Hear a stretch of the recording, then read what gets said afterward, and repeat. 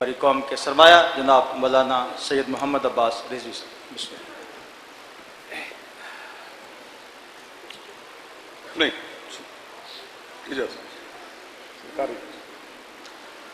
بسم اللہ الرحمن الرحیم۔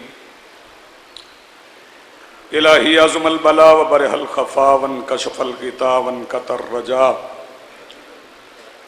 وزاقت الارض ومنعت السماء وانت المستعان الیک المشتقى وعلیک المعول فی الشدۃ والرخاء۔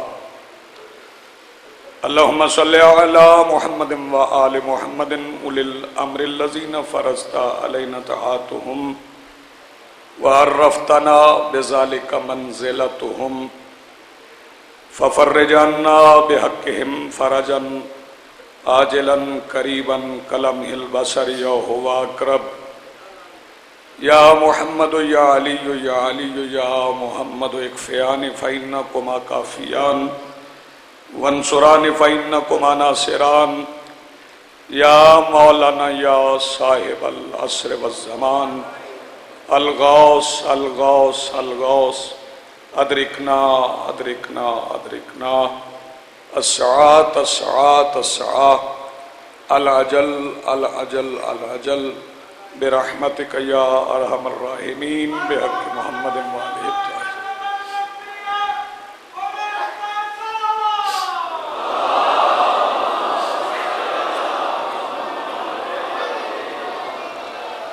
بسم اللہ الرحمن الرحیم۔ الحمدللہ رب العالمین والصلاة والسلام علی رسولہ الکریم وآلہ الطیبین الطاہرین المعصومین المنتجبین المہدیین المظلومین المعصومین الذین اذھب اللہ عنہم الرجس وطہرہم تطہیرا۔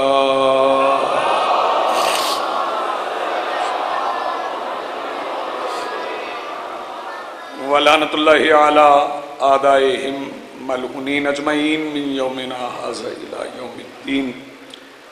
اما بعد فقد قال اللہ تعالی سبحانہ فی محکم کتابہ المجید وفرقانہ الحمید وقولہ الحق۔ بسم اللہ الرحمن الرحیم۔ یا ایتھا النفس المطمئنہ ارجعی الی ربک راضیۃ مرضیہ۔ صلوات پڑھیے بلند آواز سے۔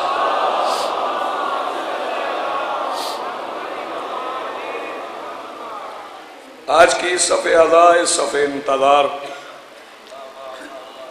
اور اس پر حاضر بلا تفریق مذہب و ملت و مسلک کربلا کی ریت کے ٹیلہ کے ممبر پر تشریف فرما خطیب نظریہ توحید کے استغاثہ پر لبیک کہنے والے غیرت مندوں کے دلوں میں موجود حرارت ولایت امیر المومنین کے وسیلہ سے درخواست گزار ہوں اپنے اس وارث کے حضور جو پردہ غیب میں شاہ سوار وادی نور کی حیثیت سے موجود ہے کہ کائنات کا وہ مطلق العنان مدبر الامور اپنے رخ سے حجاب غیبت ہٹائے اور کعبہ کی چھت سے اپنے پہلے ہی خطبے میں کائنات کو سمجھائے کہ علی کل بھی واجب تھا، علی آج بھی واجب۔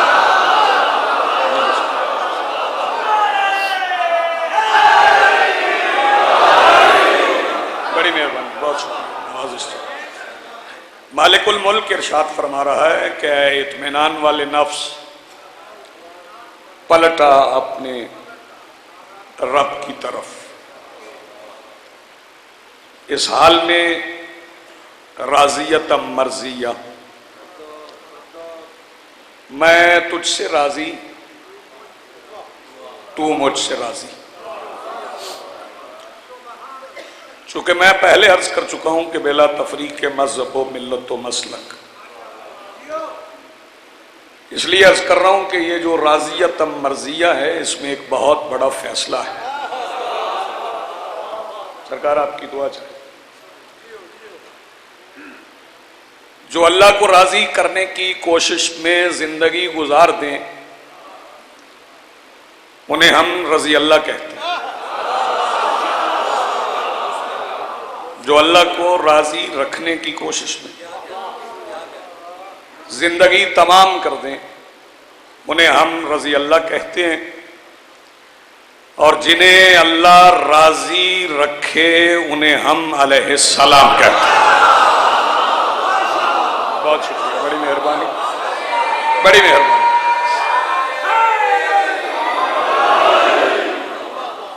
چونکہ مجھ سے بہتر کافی ذاکرین برسر ممبر کی بارگاہ میں سجدہ ذکر کے لیے حاضر ہیں، وقت کو ملحوظ رکھتے ہوئے میں مختصر وقت میں زیادہ باتیں کہہ چکا،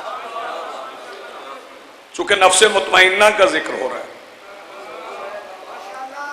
تو پہلے یہ دیکھ لیں کہ نفوس ہیں کتنی اقسام کے۔ ایک ہے نفس امارہ۔ نفس امارہ اسے کہتے ہیں جو گناہ کرے اور اسے احساس گناہ نہ ہو،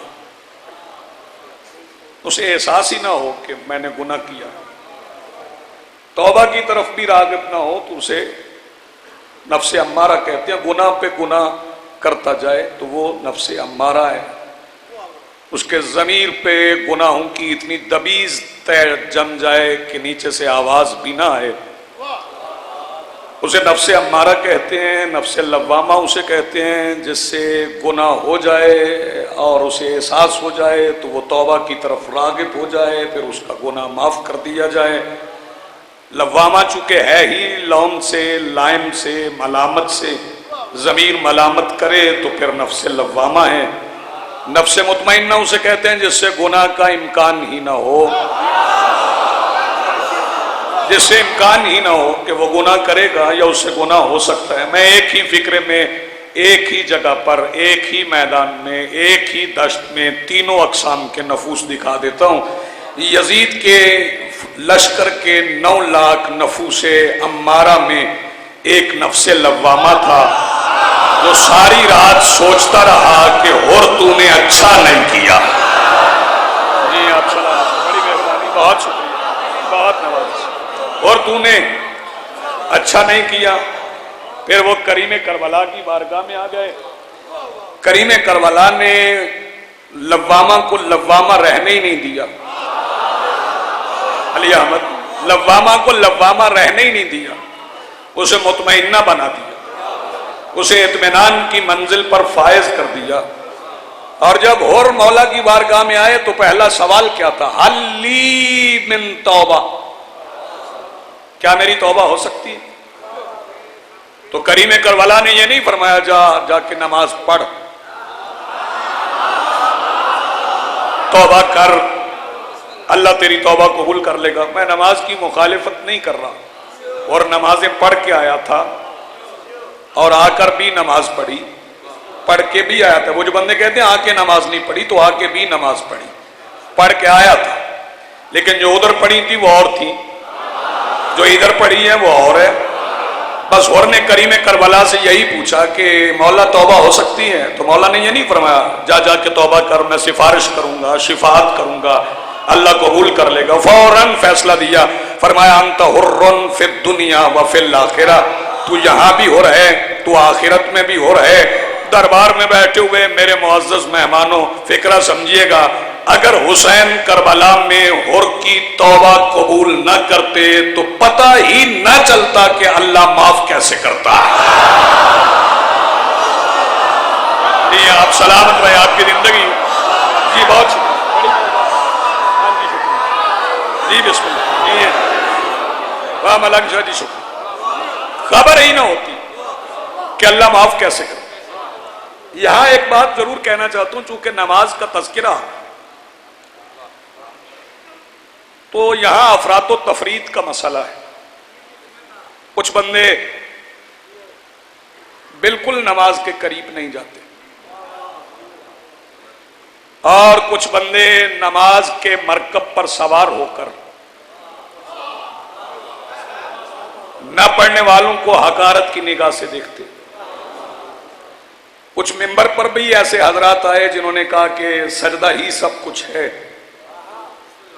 تو میں مؤدبانہ گزارش کروں گا، چونکہ ایک تہذیب ممبر ہے، کہ سجدہ سب کچھ نہیں، بہت کچھ ہے۔ سردا سب کچھ نہیں، بہت کچھ ہے، اور سمجھ لیں کہ یہ بہت کچھ کس سے سمجھا ہے، کس نے بتایا؟ یہ نبیوں کے سلطان نے بتایا کہ سردا بہت کچھ ہے، سردا کر کر کے بتایا کہ سردا بہت کچھ ہے، سردوں پہ سردے کیے اور بتایا سردا بہت کچھ ہے، اور پھر بہت سے سردوں کے بعد کسی کو پشت پر بٹھا کر بتایا کہ حسین سب کچھ ہے۔ آپ سلامت رہیں، آپ کی زندگی بڑی مہربانی، بہت شکریہ، نوازش۔ جی بسم اللہ، جی بسم اللہ۔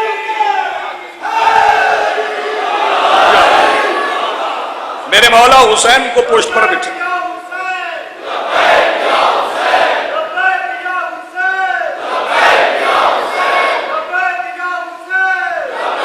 یا حسین،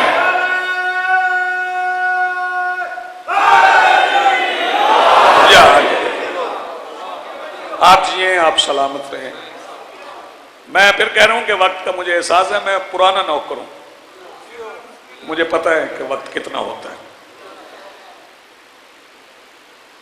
اور کی توبہ میرے مولا نے قبول فرما لی۔ اور ایک فکرہ جو برسر ممبر نہیں پڑھا جاتا، یہ نہیں کہ کسی کو معلوم نہیں ہے، چونکہ مضامین ترتیب ایسے دیے گئے ہیں کہ مضمون سے نکلنا بھی بدعت سمجھا جاتا ہے، لیکن یہ فکرہ ہے جو حور نے کریم کربلا کی بارگاہ میں عرض کیا، گناہوں کی معافی تو مانگی، توبہ تو کی، لیکن ایک عجیب فکرہ جناب حور نے کریم کربلا سے کہا، عرض کی مولا میری وہ نمازیں معاف ہو سکتی ہیں جو میں نے آپ کی مخالفت میں پڑھی؟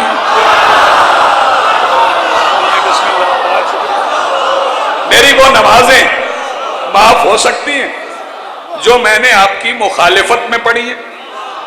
اس کا مطلب ہے کہ حسین کی مخالفت میں نماز پڑھنا اللہ سے غداری ہے۔ میں پھر کہہ رہا ہوں، حسین کی مخالفت میں نماز پڑھنا اللہ سے غداری ہے، اور حسین کی حمایت میں نماز نہ پڑھنا کفران نعمت۔ اسے بھی سن لیں، حسین کی حمایت میں، محبت میں نماز نہ پڑھنا یہ کفران نعمت۔ اور نفس مطمئنہ نے ایک بات یاد رکھیے گا، اور یہ میں نوجوانوں کے لیے فکرہ کہہ رہا ہوں، حسین کائنات کے وہ واحد سپہ سالار ہیں جن کے لشکر میں ایک بھی رضی اللہ نہیں ہے۔ جو باہر حضرات تشریف فرمائیں، حسین کائنات کے واحد سپہ سالار ہیں جن کے لشکر میں ایک بھی رضی اللہ نہیں ہے۔ تو پھر کیا ہیں؟ جتنے ہیں علیہ السلام۔ یہ علیہ السلام اور رضی اللہ کا بڑا چکر ہے، بندے الجھ پڑتے ہیں، اس سے جھگڑا ہو جاتا ہے، فساد ہو جاتا ہے۔ حالانکہ شیعہ سنی کو لڑنا تو نہیں چاہیے نا، مسائل تو گفتگو سے حل کرنا چاہیے۔ یہ رضی اللہ اور علیہ السلام کا جھگڑا کیا؟ میں نام لیتا ہوں، آپ بتائیے، آپ نے رضی اللہ کہنا کہ علیہ السلام؟ جناب آدم، جناب نوح، جناب ادریس، وہ 1.25 لاکھ کے تو نام مجھے نہیں آتے نا، 26 کے تو قرآن میں، 26 انبیاء کے نام قرآن میں، 26 کا ذکر قرآن میں ہے۔ 1.25 لاکھ تو اس نے بتائے ہیں جس کے سامنے نبی آئے ہیں۔ بہت شکریہ، بڑی مہربانی سے۔ 1.25 لاکھ تو انہوں نے بتائے ہیں جن کے سامنے انبیاء آئے ہیں، ہمیں تو پتہ ہی نہ چلتا کہ کتنے تھے، انہوں نے بتایا کہ 1.25 لاکھ ہے۔ آپ نام لیتے جائیں، جناب زکریہ علیہ السلام، جناب یحییٰ علیہ السلام، تو یہ جتنے نبی ہیں یہ سارے علیہ السلام ہیں۔ یہ جب پیغام توحید دیتے تھے امت راضی ہوتی تھی، امت کسی نبی کی راضی نہیں، ہاں امت کسی نبی کی، بلکہ امت سے نکل جاتی، امت تو بخشی جاتی۔ اور یہاں بھی ایک غیر متواتر حدیث گردش کر رہی کہ رسول نے فرمایا میری امت کے 73 فرقے ہوں گے، 72 جہنم میں۔ یہ مرسل ہے، ضعیف ہے، حدیث حسن نہیں۔ یہ کمزور ضعیف حدیث ہے، اس کا کوئی اسناد کا سلسلہ ہی نہیں ملتا کہ میری امت کے 73 فرقے ہو، امت رحمت للعالمین کی ہو، جائے جہنم میں، اور پھر فیصلہ کرنے والے کر لیں جہاں 72 ہو وہاں جہنم نہیں ہوتی۔ عدد کو تو تقسیم کر لو، جو امت میں بابا جی شامل ہے اسے جنت میں جانا ہے، جو امت میں شامل ہے اسے جنت میں جانا ہے، لیکن دیکھنا یہ ہے کہ امت میں ہے کون کون۔ امت کا فیصلہ کربلا میں ہو گیا تھا، جو اس طرف یزید کی فوج میں تھا وہ امت سے باہر تھا، جو حسین کے ساتھ تھا وہ امت میں تھا۔ جی آپ سلامت رہیں، بس دو فکریں اور سنیں اور میں آپ کو سلام کروں۔ میں نے انبیاء کے نام لیے، وہ جو رضی اللہ اور علیہ السلام کا چکر، وہ سارے علیہ السلام ہیں۔ جب پیغام دیتے تھے تو پھر امتیں اچھا سلوک کرتی تھی، نہ مارتی بھی تھی۔ پتھر مارے جناب یحییٰ کو، چیرا گیا، جب پتھر مارے گئے تو زخمی ہو گئے۔ سار اٹھائیے گا اور بات سنیے۔ جب زخمی ہوئے تو پھر کسی حکیم کے پاس لے گئے، انہوں نے مرہم لگائی ملک صاحب، تو پھر شفا یاب ہوئے؟ نہیں، اللہ نے فرشتہ بھیجا، فرشتے نے جناب یحییٰ کے زخم پہ پر رکھا، زخم ٹھیک ہو۔ میرا سوال ملت مسلمہ سے یہ ہے کہ وہ نبی جو فرشتے کے پر سے شفا لے رہے ہیں وہ رضی اللہ ہیں؟ تو جواب ملتا ہے وہ علیہ السلام ہے۔ تو پھر عقل کی ضرورت ہے نا، جو فرشتے کے پر سے شفا لیں وہ علیہ السلام ہے، اور جن کے جھولے سے فرشتہ پر لے جائے، جی آپ سلامت رہیں، آپ کی زندگی جن کے جھولے سے، جی بسم اللہ۔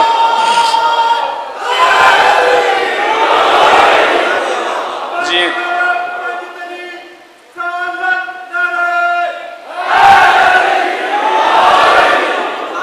جی بسم اللہ، جن کے جھولے سے فرشتہ، اور یہ فرشتے کی بات آئی تو وہ فرشتہ کون ہے؟ فطرس، بڑے رنگین پر تھے اس کے ادر خان، بڑے خوبصورت بابا جی پر تھے اس کے، لیکن اس نے کبھی اپنے پر دیکھے نہیں تھے، تسبیح میں مشغول تھا، کبھی پروں پہ نظر پڑی ہی نہ تھی۔ ایک دن تسبیح سے فراغت ہوئی تو پروں پہ نظر پڑ گئی، جب پروں پہ نظر پڑی تو کہنے لگا میں آ گئی، اور اللہ کو میں پسند نہیں، اللہ کو تکبر پسند نہیں، اللہ کو غرور پسند نہیں۔ بندے غرور کریں تو کبریا کو اچھا نہیں لگتا، میں پھر کہہ رہا ہوں بندے غرور کریں تو کبریا کو پسند نہیں۔ یہ بات ذہن میں رہے تو فکرہ کہہ رہا ہوں، ملنگ شاہ جی آپ دعا کریں گے میں فکرہ کہہ جاؤں۔ بندے غرور کریں تو اللہ کو پسند نہیں، یہی وجہ ہے کہ خندق کے میدان میں جب عمر ابن عبد ود کی لاش پڑی تھی، علی ٹہل کے چل رہے تھے، تو جن کی سانسیں رکی ہوئی تھی ان میں سے ایک سانس چلی، تو اس نے سر اٹھا کے مصطفیٰ سے کہا یا رسول اللہ دیکھیں علی غرور سے چل رہے ہیں۔ رسول نے فرمایا چپ رہو، علی غرور سے نہیں اللہ کا غرور چل رہا ہے، علی غرور سے نہیں، یہ اللہ کا غرور چل رہا ہے۔ اللہ کو تکبر پسند ہی نہیں، مل کے بولو جی۔ وہ نظر پڑی تو میں کہہ گیا، تکبر کر گیا، حکم پروردگار ہوا سزا دیجئے۔ جناب جبرائیل سید الملائکہ نے عرض کی پالنے والے کیا سزا؟ فرمایا جس پر پہ ناز کیا نا وہ نوچ، وہ پر نوچ لیا، اسے تاریک جزیرے میں پہنے، پھکوائے جانے سے پہلے عرض کرنے لگا پالنے والے توبہ نہیں ہو سکتی؟ فرمایا ہو جائے گی۔ مولا کب؟ فرمایا جب سارے عرش والے فرش پہ اتر جائیں، جب سارے عرش والے فرش پہ اتر جائیں پھر توبہ ہے۔ کہنے لگا پھر تو قیامت کے دن سن رکھا ہے، قیامت کے دن سارے عرش والے فرش پہ اتریں گے۔ بس پھکوا دیا گیا، جزیرے میں پڑا رہا، وقت گزرنے لگا، جناب آدم آئے، پھر آدمی آنے لگے، جناب نوح آئے، پھر جناب نوح کی کشتی کے تختے پہ لکھے ہوئے خمسۃ نطفی کے وظیفے سے کشتی کنارے پہ پہنچ گئی، پھر جناب ابراہیم پہ نار گلزار ہو گئی. فکرہ میں اب کہوں گا اور دیکھوں گا کون کون بیدار بیٹھا ہے. وقت گزرتا رہا. پھر مصطفیٰ کی بیٹی کی کنیزی کے صلے میں عیسیٰ کی ماں کو بتول بنا دیا گیا. فکرہ کھا گئے یہ. جناب مریم کو بتول بنا دیا گیا. وقت گزرتا رہا. پھر اللہ کی رحمت مجسم ہو کے زمین پر اتر آئی. آگوش ابو طالب میں آ گئے. وقت گزرتا رہا. شیب ابی طالب گزر گئی. ابو طالب پردہ کر گئے. محمد کو مدینہ جانا پڑ گیا. ہجرت ہو گئی. مدینہ آ گئے. کسی کی دہلیز پہ ستارہ اتر آیا. جب ستارہ اتر آیا تو پھر وہ بھی اتر آیا جس نے ستارہ اتارا تھا. عقیدے دیکھ رہا ہوں نا. پھر وہ بھی آ گیا. مل کے بولو حیدری. جس نے ستارہ اتارا تھا. 3 شعبان تھی. حسین آ گئے. جب حسین آ گئے حکم پروردگار ہوا. جاؤ جبرائیل سارے عرش والوں کو لے جاؤ. رضوان جنت، حوران جنت، ملائکہ جلوس لے جاؤ اور جا کے ہمارے مصطفیٰ کو مبارک دو. آئے مبارک دینے کے لیے. جب گزرے اس جزیرے سے جہاں فطرس سزا یافتہ پڑا تھا تو فطرس نے سارے عرش والوں کو گزرتے ہوئے دیکھا تو کہنے لگے سید الملائکہ قیامت آ گئی. تو جناب جبرائیل نے فرمایا نہیں قیامت تو نہیں آئی. وہ آ گیا جس کے بیٹے کے لیے قیامت رک جائے. نہیں آپ وہ آ گیا جس کے بیٹے کے لیے قیامت رک جائے گی. تو فطرس کہنے لگا جی وعدہ تو آج کے ہی دن کا تھا کہ جب سارے عرش والے فرش پہ اتر جائیں تو ہماری توبہ ہو جائے گی. تو ہمیں بھی لے چلیے پھر توبہ ہو جائے. چھنا ہوا پر واپس مل جائے. تو جناب جبرائیل کہنے لگے پہلے پوچھا ہوں. فطرس کہنے لگے جب وعدہ آج کے دن کا تو پوچھنا ضروری ہے. جناب جبرائیل نے کہا وعدہ اپنی جگہ پہ ہے لیکن اس گھر میں جا رہا ہوں جس گھر میں بغیر اجازت کے داخل ہوں تو اللہ لعنت بھیجتا ہے. فکرہ کھا گئے آپ. اس گھر میں بغیر اجازت کے داخل نہیں ہونا. میں پہلے پوچھا ہوں.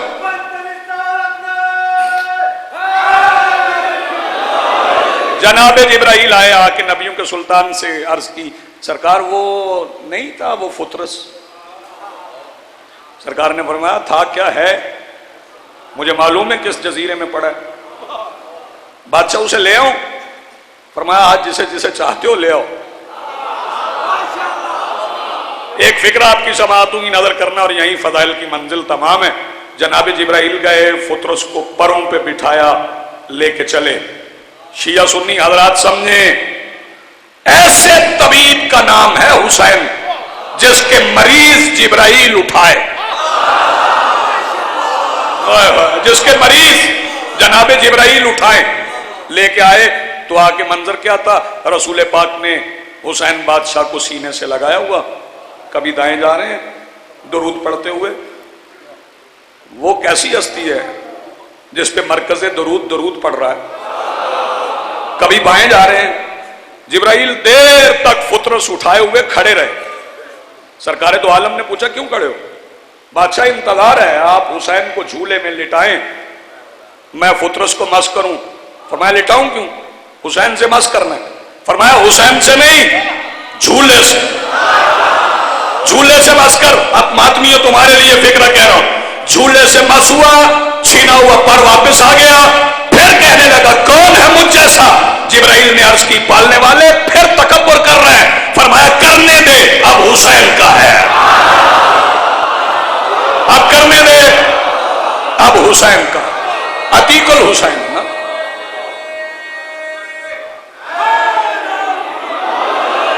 یہ مجلس اعزا بس بات تمام ہو. یہ مجلس اعزا اس بادشاہ کے نام سے منسوب ہے. مجلس کہیں بھی ہو 25 رجب کو ہو 3 جمادی الثانی کو ہو 23 ذکات کو ہو 17 صفر کو ہو کسی بھی یوم شہادت پر ہو مجلس کا نام مجلس حسین ہوتا. آج مجلس اس دربار میں امام بارگاہ سے بڑا دربار کون سا. اس دربار میں آج مجلس اس کی یاد میں ہو رہی. زیادہ نہیں پڑھنا مجھے. جس کا جنازہ روکا گیا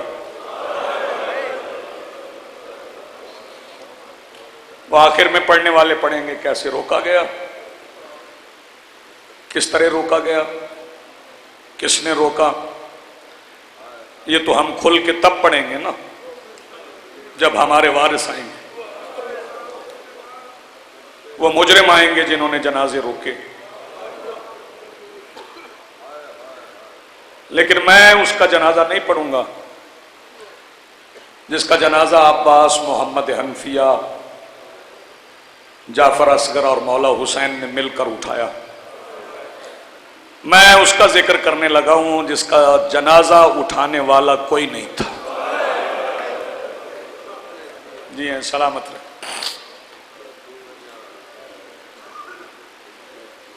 کائنات کے سب سے بڑے مظلوم کا نام ہے حسین بادشاہ۔ ملنگ شاہ جی، آپ کو یاد ہوگا جو پرانے خدمتگار یہاں ہیں انہیں یاد ہے، بڑے بادشاہ جی کہا کرتے تھے میرا رزاق حسین۔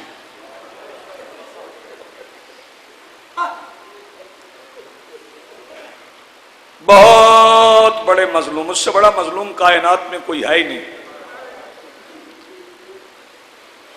میں نہیں کہتا کہ جو رونے کے لیے آیا ہے، جو آیا رونے کے لیے ہی آیا، ہر کوئی رونے آیا، کوئی کسی ذاکر کی موجودگی میں، کوئی کسی ذاکر کی موجودگی میں۔ جب صف ادا ہوتی ہے پھر بندے تھکتے بھی ہیں، اٹھتے بھی ہیں، بیٹھتے بھی ہیں۔ حسین کائنات کے وہ واحد مظلوم ہیں جن کی آنکھوں کے سامنے ان کی ماں کو بھی مارا گیا، بیٹی کو بھی مارا گیا۔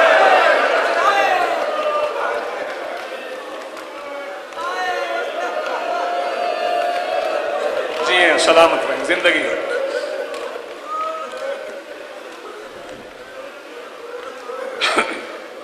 کچھ بندے کہتے ہیں نام نہ لو،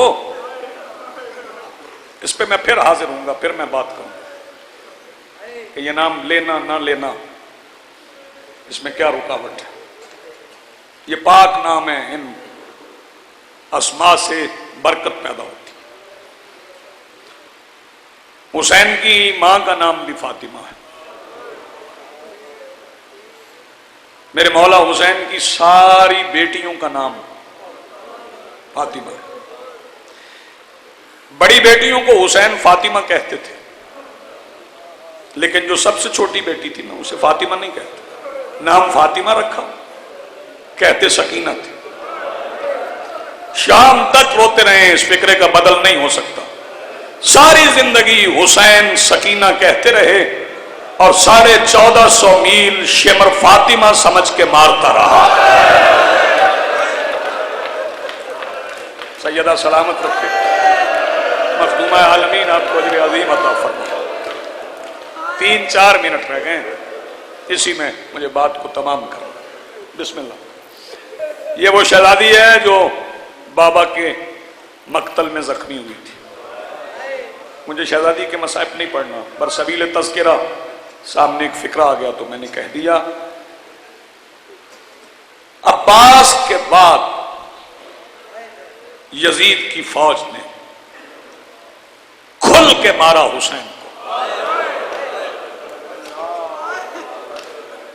اس فکرے پہ غور کرنا۔ عباس کے بعد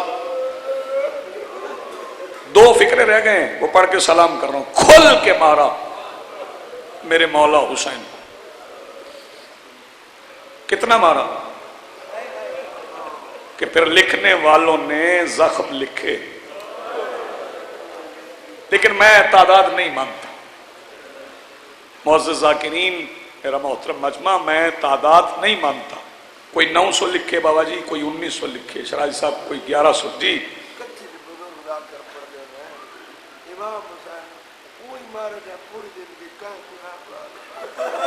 بے شک میں اردو میں ترجمہ کر کے اظہر خان کا فکرہ سنا دیتا ہوں۔ اس کا ترجمہ یہ بنتا ہے کہ حسین کو اس نے بھی مارا جس میں مارنے کی ہمت نہیں تھی۔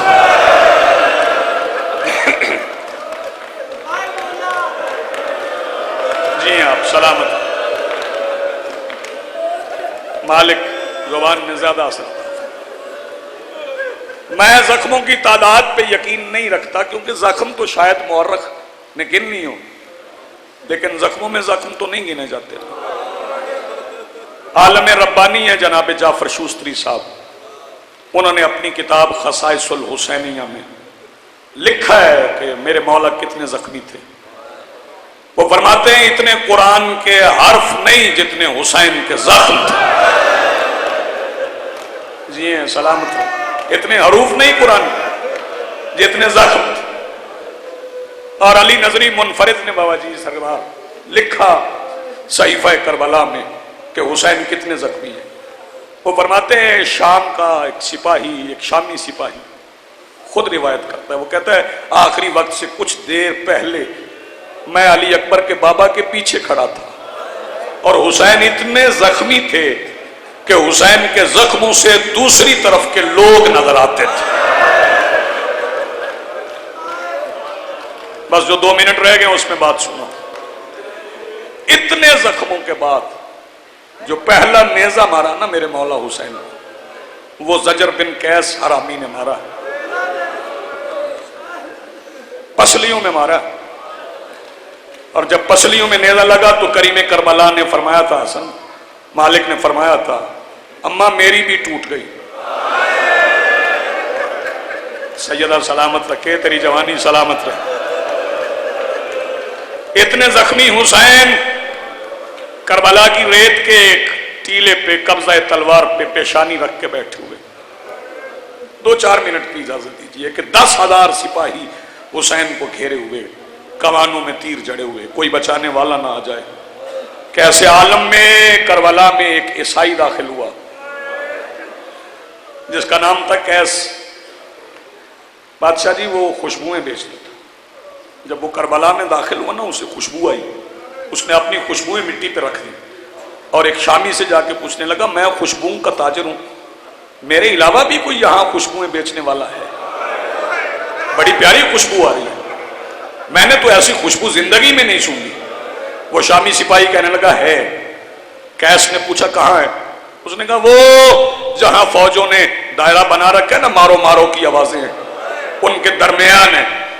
صاحبان معرفت اس فکرے کو سمجھیں گے، دیر تک روئیں گے۔ قیس آواز دے کے کہتا ہے یہ جو بندے اس کے گرد جمع ہیں یہ اس سے خوشبو چھیننا چاہتے ہیں؟